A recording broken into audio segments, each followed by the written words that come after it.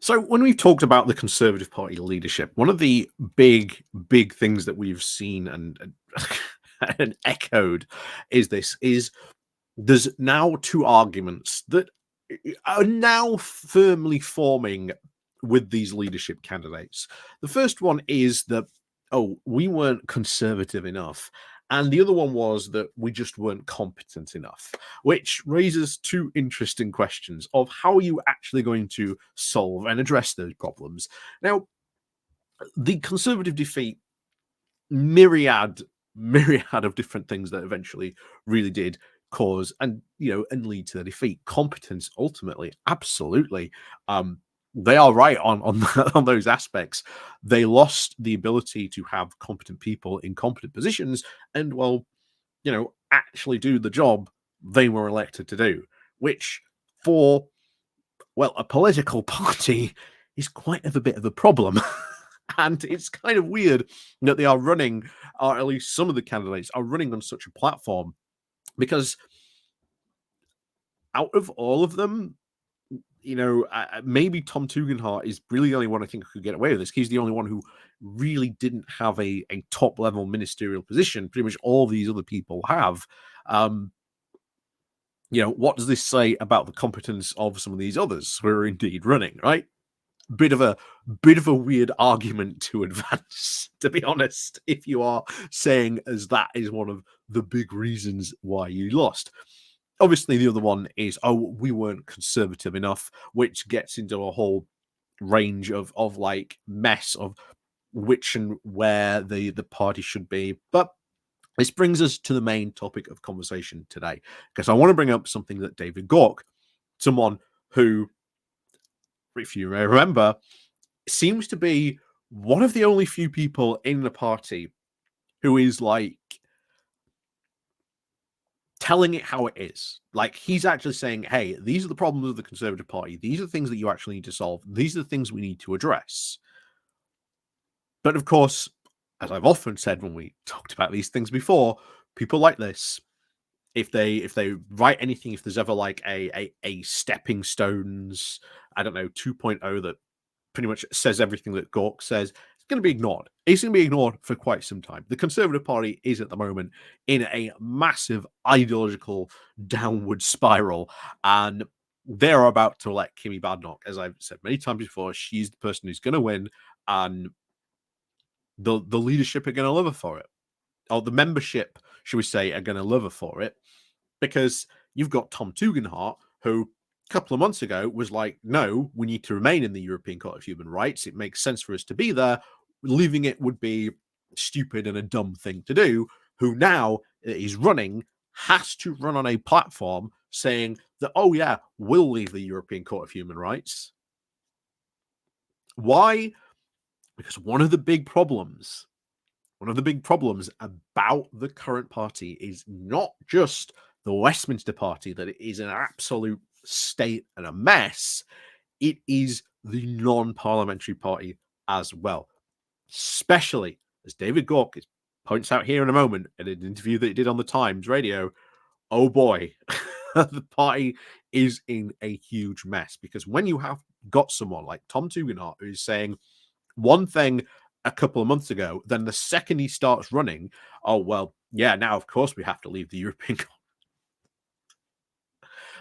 Says a lot that I think so far the only candidate that is still sticking, saying we have to remain in the European Court of Human Rights, is, of course, James Cleverly, which is probably the most cleverliest thing he's ever done.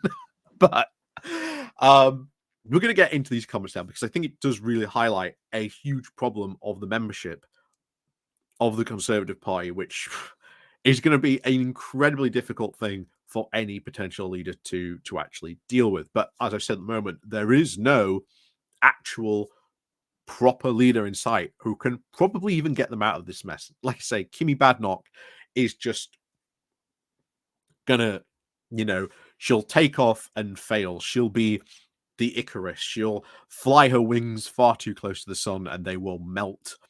And just as we've seen with many of the rising stars of Conservative over the past couple of years, they've had very, very, very stark falls. They've zoomed up and then gone straight down.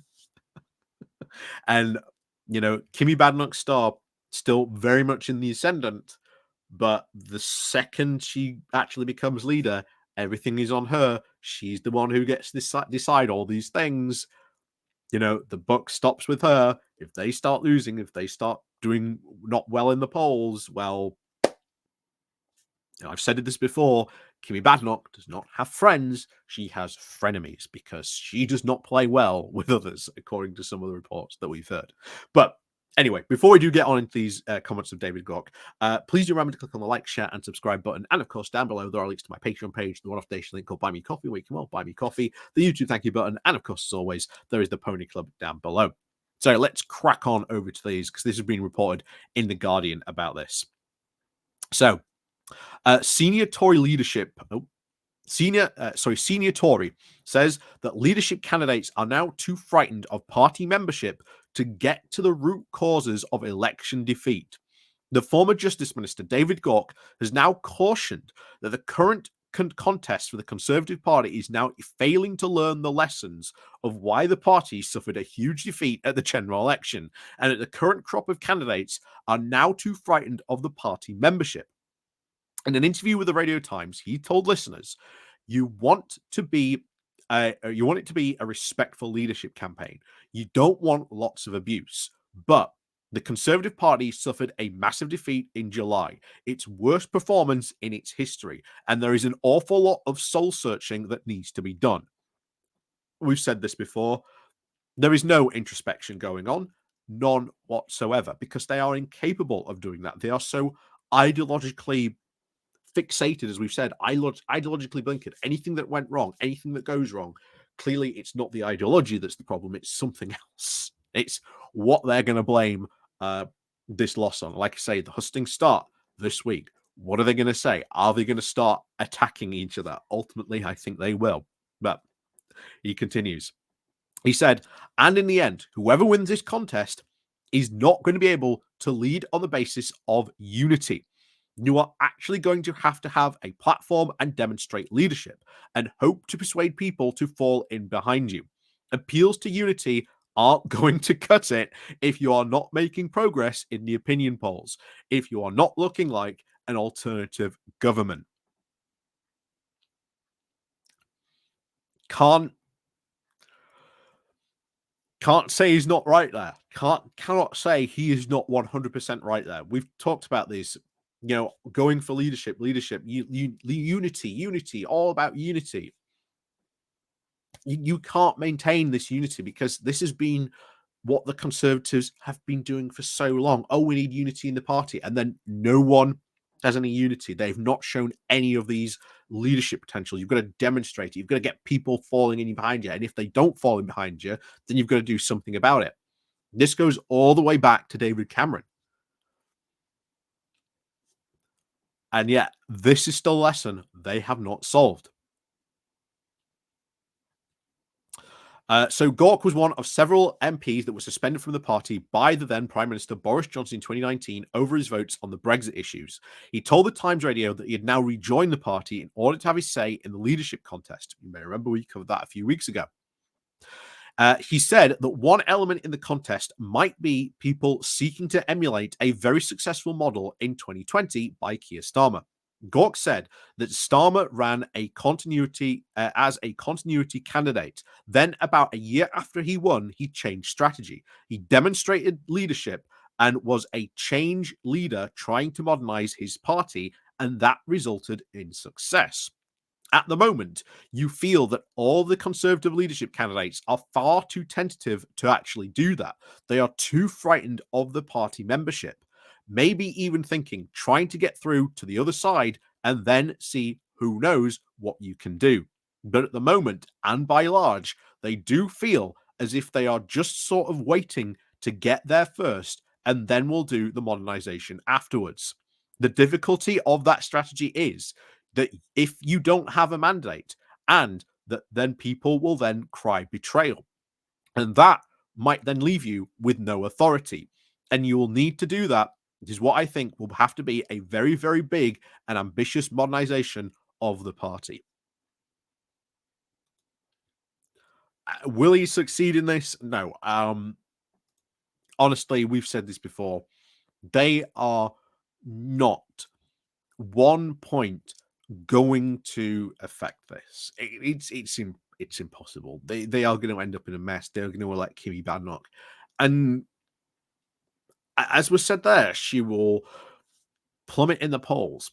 At the moment, she's a successful leader. In fact, bizarrely enough, the recent polls, like their shadow cabinet polls on Conservative Home, Jeremy Hunt, of all people, now he's no longer actually, in charge of the Treasury.